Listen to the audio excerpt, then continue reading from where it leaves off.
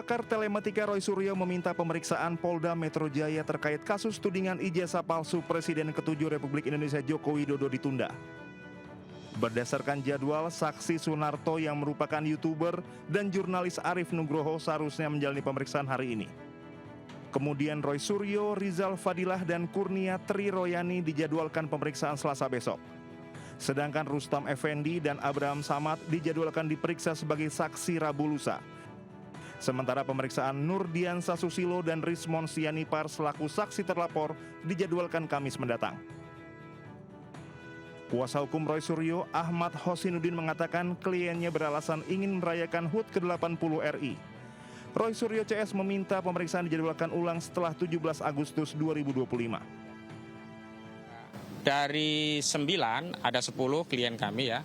Yang 9 ini meminta melakukan penjalanan ulang termasuk Rismon Sianipar, kemudian Roy Suryo, Rizal Fadilah, Kurnia Tri Royani, kemudian ada Rustam Effendi, Michael Benjamin Sinaga, Nurdiansa Susilo, termasuk Sunarto dan Arief Nugroho. Karena klien kami ada agenda berkaitan dengan perayaan 17 Agustus 2020. Dalam kasus ini, tim penyidik Polda Metro Jaya belum menetapkan tersangka. Namun kasusnya sudah ditingkatkan ke tahap penyidikan. Dari Jakarta, Bagus Prasetya, Tri Julianti, Anyus melaporkan.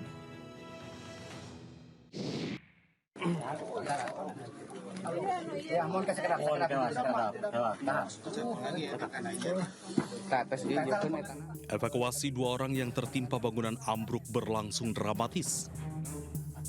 Petugas berhati-hati menggali puing dan memindahkan tubuh korban dari bawah reruntuhan. 2 orang penghuni rumah menjadi korban dengan tertimbun material bangunan.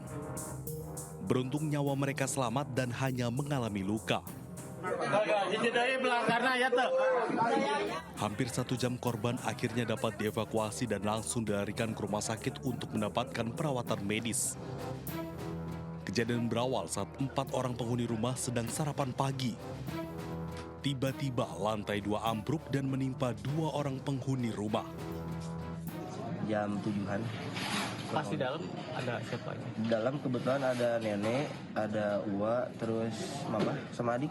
Nah kalau pas roboh itu sendiri teh ada 4 orang di dalam, mama saya, adik saya, nenek sama Uwa.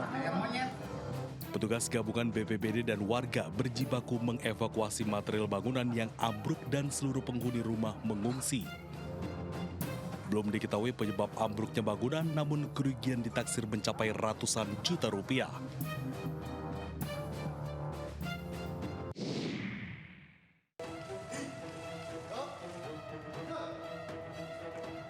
Pengadilan Militer Otmil 104 Palembang menggelar persidangan putusan terdakwa Kopda Basarsyah dalam kasus menembakkan 3 polisi di salah satu tempat sabung ayam di Lampung 17 Maret lalu. Dalam persidangan, terdakwa Kopda Basarsyah langsung dihadapkan kepada keluarga korban dan pengunjung sidang. Saat pembacaan vonis, terdakwa divonis pidana mati dengan pertimbangan hukum terdakwa terbukti bersalah sebagaimana diatur pasal 338 Undang-Undang Darurat tentang Kepemilikan Senjata Api Ilegal dan dipecat dari Kesatuan TNI. Pemidana terdakwa oleh karena itu dengan A. Pidana pokok, pidana mati.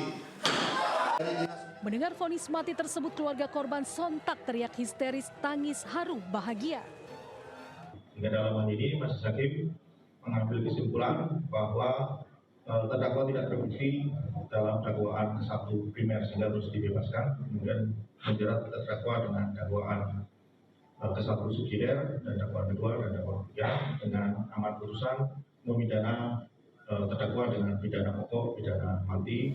Bersyukur ya Pak, bersyukur karena masih ada keadilan Pak, itu udah mendapat keadilan.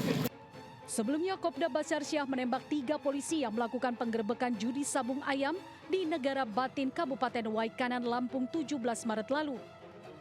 Ketiga polisi tersebut yakni AKP Anumerta Lucianto, Aibda Anumerta Petrus Aprianto, dan Bribtu Anumerta Galip. Dari Palembang, Sumatera Selatan, Guntur iNews melaporkan. Saya ini sebagai seorang tentara, tolong saya mohon Bapak, tolong saya bersujud Bapak. Tolong Bapak, tolong Bu, saya butuh keadilan Bapak. Tolong jangan ada fitnah. fitnah-fitnah lagi, Bapak. Tolong, anak saya sudah meninggal, Bapak. Dengan suara yang bergetar, Sepriana Paulina Mirpe, ibunda almarhum Prada Luki, bersimpu di kaki Pangdam 9 Udayana Maijen TNI Pikbut Yakto. Dirinya memohon kepada Pangdam agar para pelaku yang telah membunuh putranya dihukum sesuai dengan perbuatan mereka.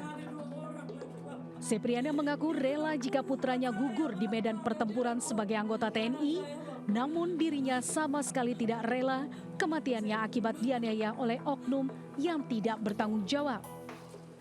Saya jadikan dia untuk TNI, Bapak. Medan perang saya boleh, Bapak. Tapi ini di oknum-oknum yang tidak bertanggung jawab, Bapak, tolong. Saya mohon, Bapak, dia masih punya ada 2 orang lagi, Bapak.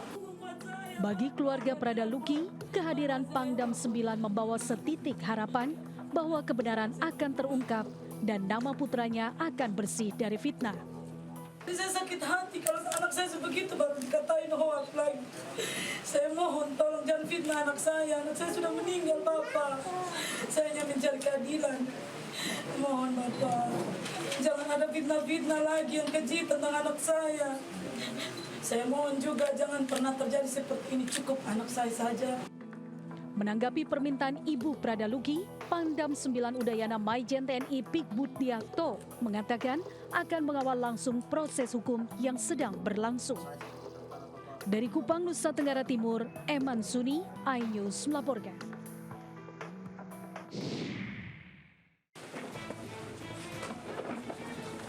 Pangdam 9 Udayana Maijen TNI Pikbudi Akto bertemu dengan orang tua Prada Luki Cepril Saputra Namo di Asrama TNI Kuanino, Kota Kupang, Nusa Tenggara Timur.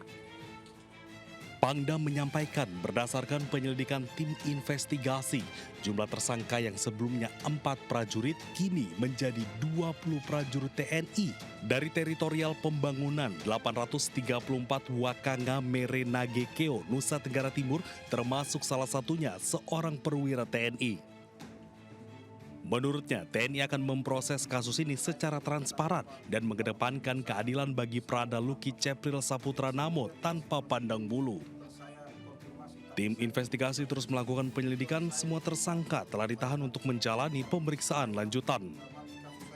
Seluruhnya 20 tersangka yang sudah ditahan dan kemudian akan ditindaklanjuti dengan pemeriksaan selanjutnya. Di antara 20 itu apakah ada perwira, Jenderal? Ada 1 orang perwira. Oke, boleh tahu inisialnya, Jenderal? Nanti oleh penyidik yang akan menyampaikan. Dan selanjutnya proses ini sedang berlangsung dan saya secepatnya akan melaporkan pada pimpinan. Diketahui kasus tewasnya Prada Luki Namo di tangan seniornya membuat keluarga terpukul, terlebih korban baru 2 bulan bertugas sebagai tentara. Dari Kupang, Nusa Tenggara Timur, Eman Suni, iNews melaporkan.